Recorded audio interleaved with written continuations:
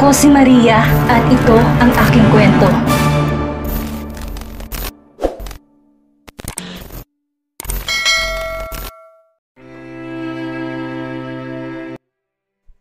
Magkahawak ang kamay na sumunod silang nagtungo sa pwesto nila noong nakaraan. Pareho silang may ngiti sa kanilang labi. Humigpit ang hawak ni Fernan. Naramdaman iyon ni Herlene. Wala sa hinagap niya na magiging masaya at magaan ang dibdib niya ngayon.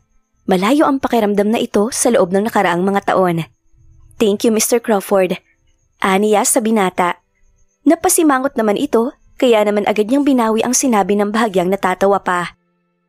"Thank you, Fernan." Nang makita ang magandang ngiti ni Herlene, bahagyang natigilan si Fernan. Ngunit pagkaraan ay hindi niya mapigilan ng umiti. Hindi siya makapaniwala na magkasama sila ngayon ni Herlene. Kusang loob itong sumama sa kanya. Hindi lamang yon. Tunay ang mga ngiti nito sa labi habang magkasama silang dalawa. Nang mapansin ang paninitig ng binata ay namula ang dalaga. Excuse me ha. Alam kong maganda ako, pero hindi ako pagkain, mister." Natawa si Fernan sa sinabi niya. Nang lumapit sa kanila ang waiter, ay nag-order agad sila ni Fernan ng pagkain.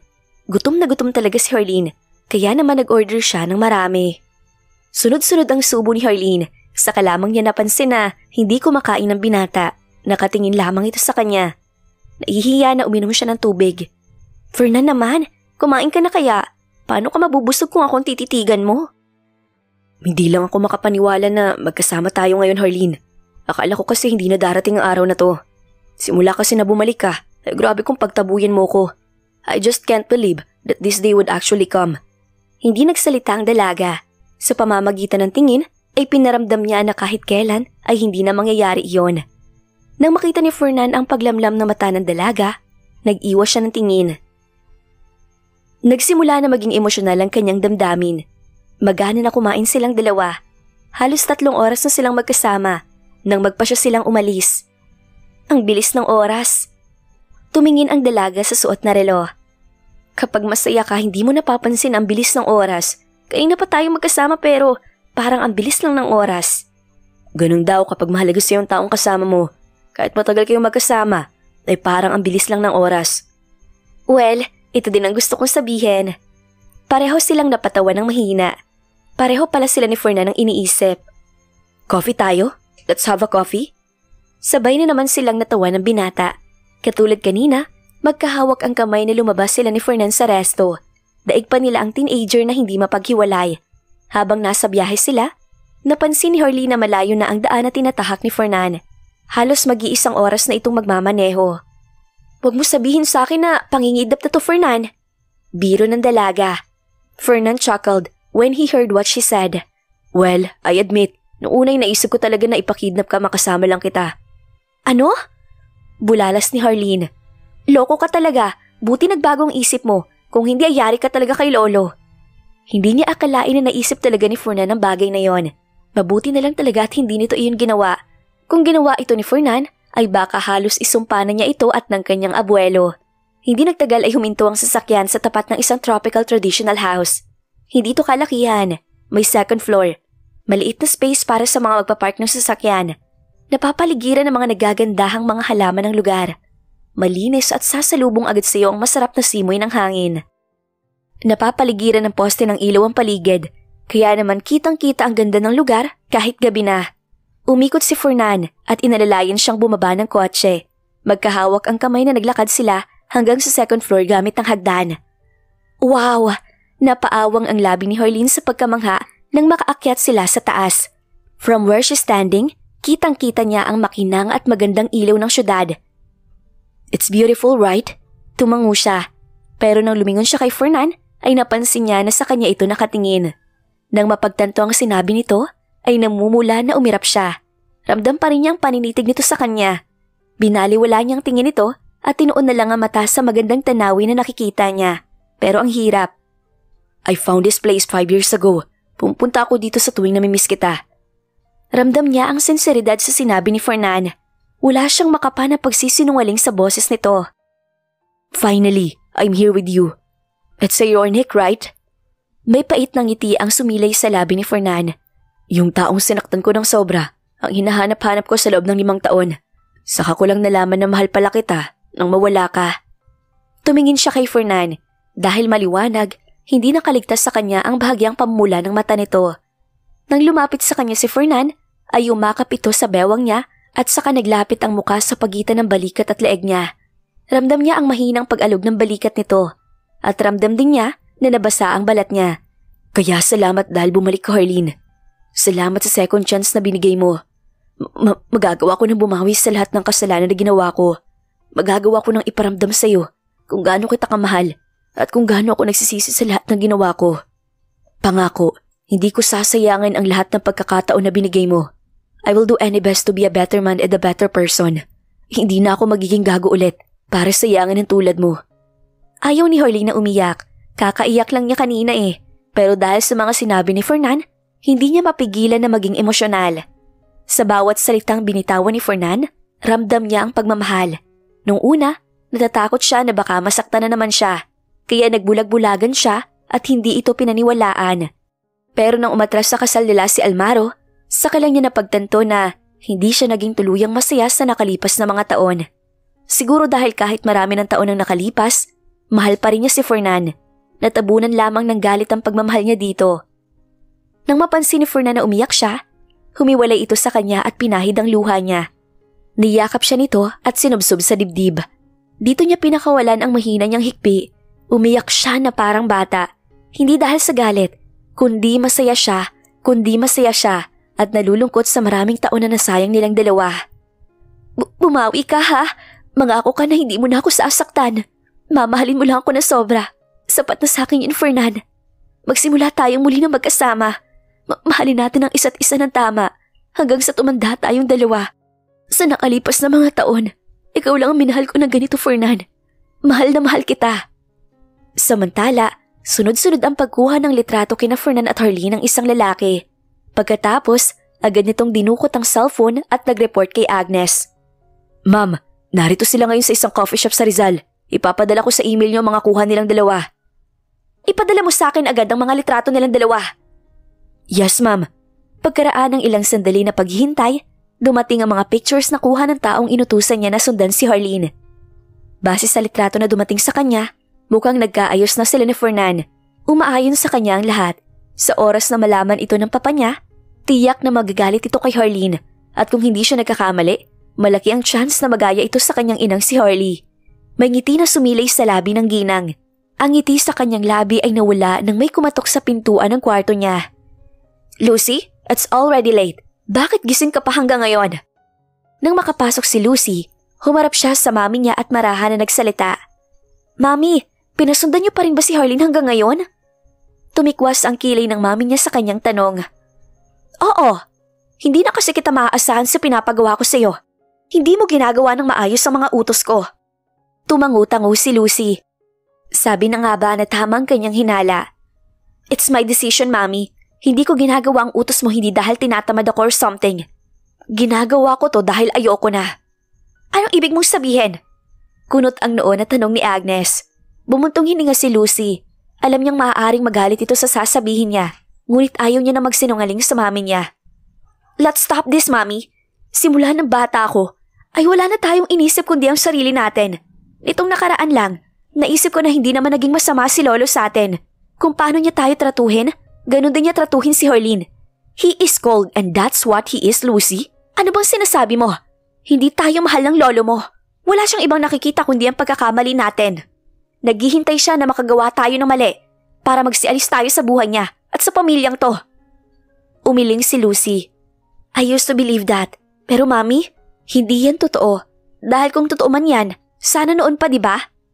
Tumilim ang mukha ni Agnes, hindi makapaniwala sa sinasabi ng kanyang anak. Yan bang naging resulta ng pagsama-sama mo kay Harleen? Nilason ba niyang utak mo? Kung alam ko lang na mangyayari to, ay hindi na sana kita inutusan na sumama sa kanya at sundan siya. Nabilog niya ang ulo mo.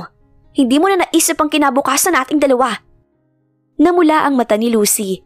Hindi siya kailanman sumagot sa mami niya. Ang lahat ng gusto nito ay sinusunod niya. Maliban sa pagiging tamad niya sa trabaho.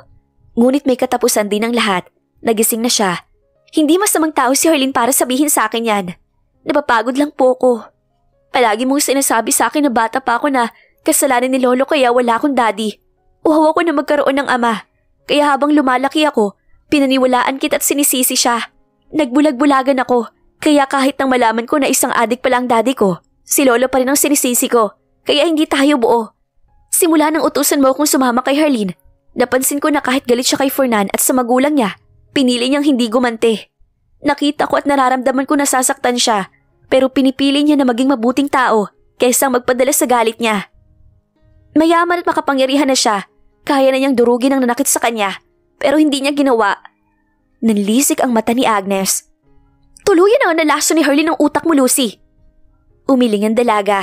No, Mami. Ikaw ang lumason sa ating dalawa. Isang sampal ang natamo ni Lucy mula sa kanyang ina. Nagtataas ang dibdib ni Agnes sa galit. Ang lakas ng loob mo na sabihin sa akin yan? Pagkatapos ng pagsisikap ko na marating kinatatayuan ko para makuha ang lahat ng nararapat sa ating dalawa? Mami, ikaw ang dahilan kaya hindi tayo nagiging masaya. Masamang tingin ni Lucy sa mami niya, hawak ang pisnging nasaktan.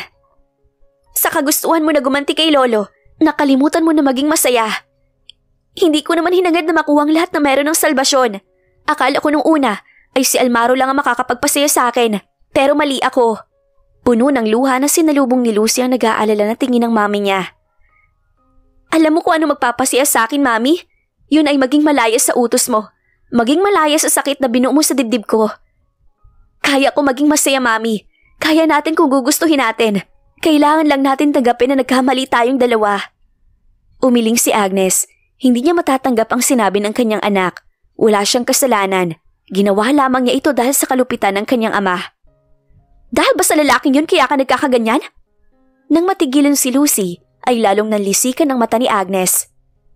Nang dahil sa hampas lupa na yun ay nilaso ng utak mo ng ganyan? Nilaso ng walang kwentang lalaking yun ang isip mo. Kaya ngayon ay pinapalabas mo na ako pang may mali at may kasalanan? Sa palagay mo ba may kinabukasan ka sa katulad niya na walang narating sa buhay? Kung may dapat man na matauhan sa atin, Lucy, ikaw yon.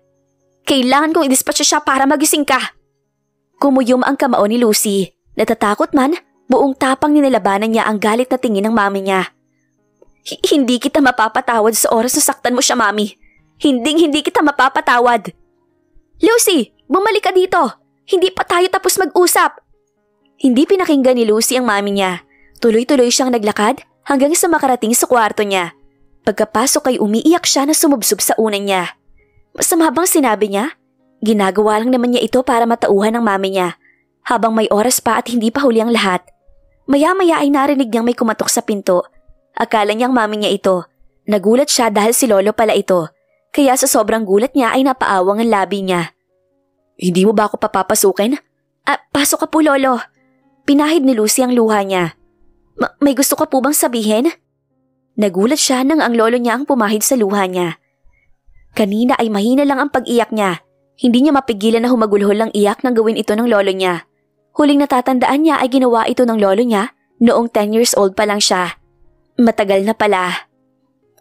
Lolo, sorry po. Sorry po talaga. Ang dami niyang gustong sabihin pero tanging pag-iyak lamang ang kaya niyang gawin.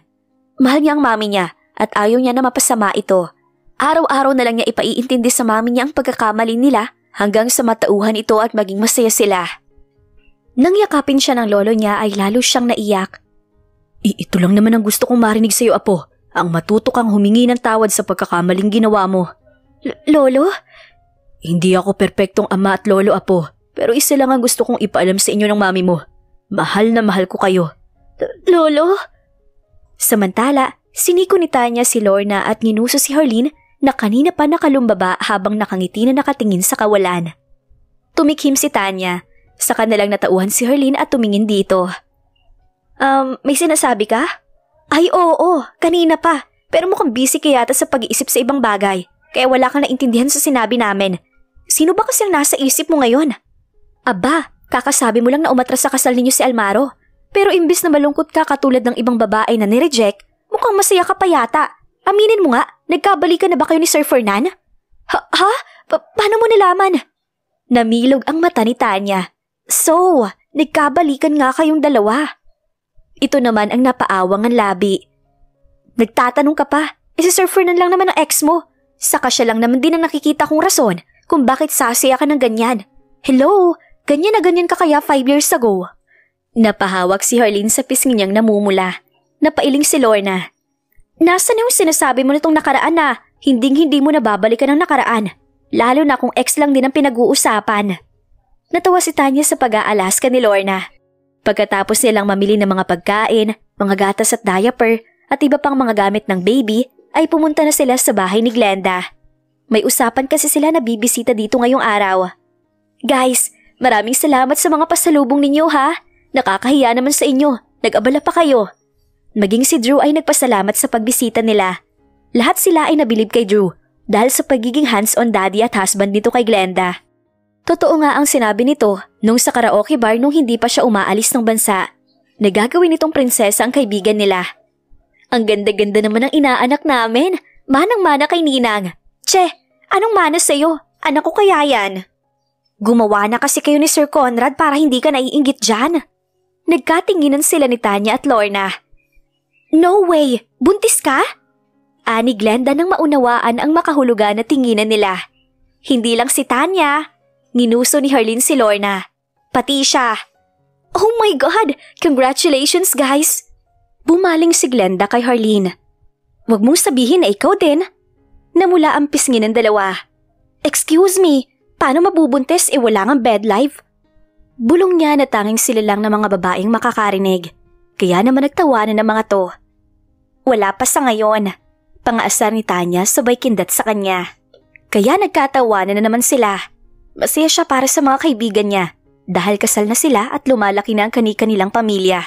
Bigla tuloy siyang nakadama ng inggit. Kung hindi siguro sila nagkahiwalay noon ni Fernan, ay baka katulad ng mga ito ay masaya at may pamilya na sila. Pero may mga dahilan ng mga bagay-bagay. Siguro nga ay magsisimula pa lang ang new chapter ng buhay nila na magkasama. At this time, magiging masaya na sila at hindi na magkakasakitan pa. Pagkatapos magpaalam sa mag-asawa, ay umalis na sila. Pagdating nila sa highway, siniko siya ni Tanya. Ginuso ang pulang kotse kung saan nakatayo si Fernan at nakasandal. Mukhang kanina pa to naghihintay sa kanya. Nagpaalam na rin sila Tanya at Lorna at sumakay na rin sa kotse ng mga sundo nila. Kanina ka pa? Mga 20 minutes bago sila dumating. Tukoy ni Fernan sa mga sundo ng kaibigan ng nobya. Ang aga? Saka di ba sinabi ko naman sa'yo na hindi mo na ako kailangan sunduin? Baka mamaya ay nakakaabala pala ako sa'yo. Napasinghap siya sa gulat nang hatakin siya ni Fernan at halikan sa labi. Pulang-pulang pisngi na hinampas ni Harleen ito sa dibdib.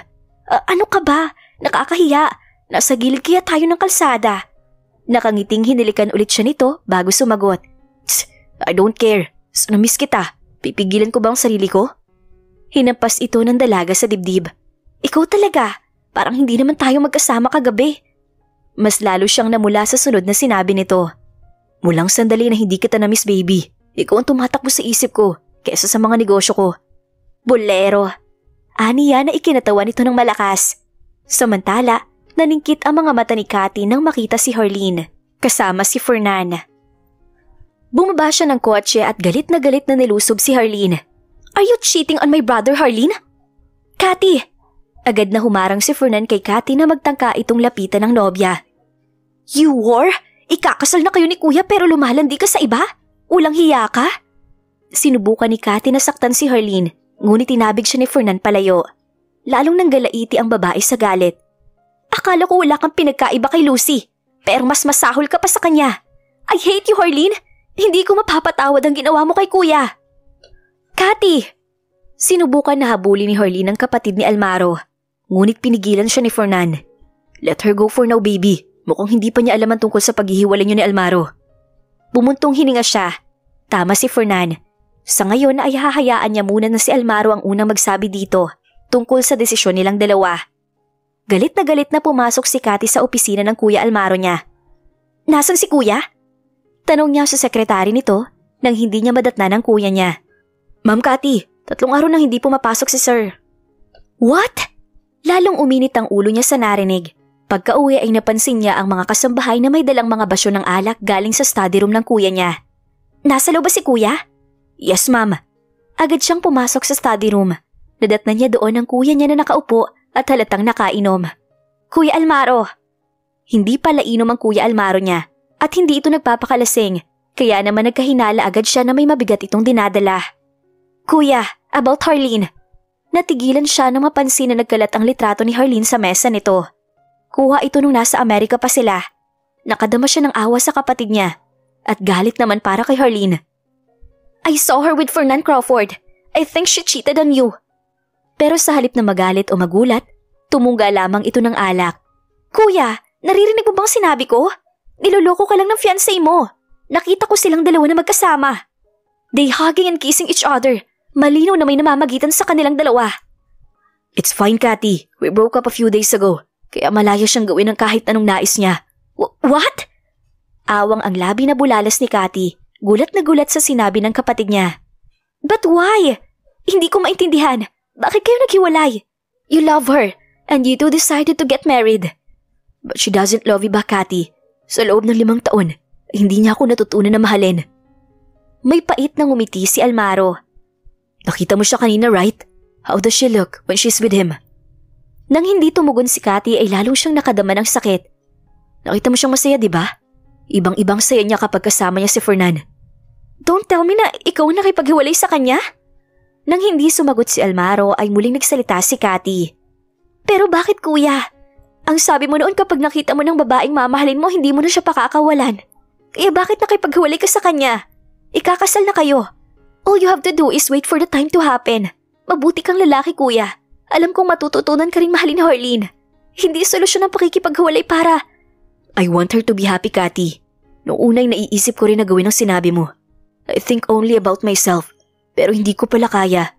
Ayokong maging katulad kay mami na maghihintay na matagal hanggang sa matutunan siyang mahalin ni Dad. Ayokong makulong si Harleen sa kasal na hindi naman siya masaya. Kuya! Don't blame her, Cathy. You know, Harleen, hindi siya masamang tao. Hindi lang siguro kami para sa isa't isa. Kinagat ni Cathy ang labi. Bigla niyang naalala ang magandang ngiti ni Harleen sa labi kanina. Tama ang kuya niya. Masaya si Harleen na makita niya kanina. Kakaiba ang kinang sa mga mata nito na hindi niya nakita sa nagdaang 5 taon. Tama din ang kuya niya na hindi masamang tao si Harleen. Sa katunayan, nagustuhan niya ito hindi dahil fiancé ito ng kapatid niya, kundi nakita niya na mabuti talaga itong tao. Hindi to sinungaling at mapagpanggap para lang magustuhan ng iba.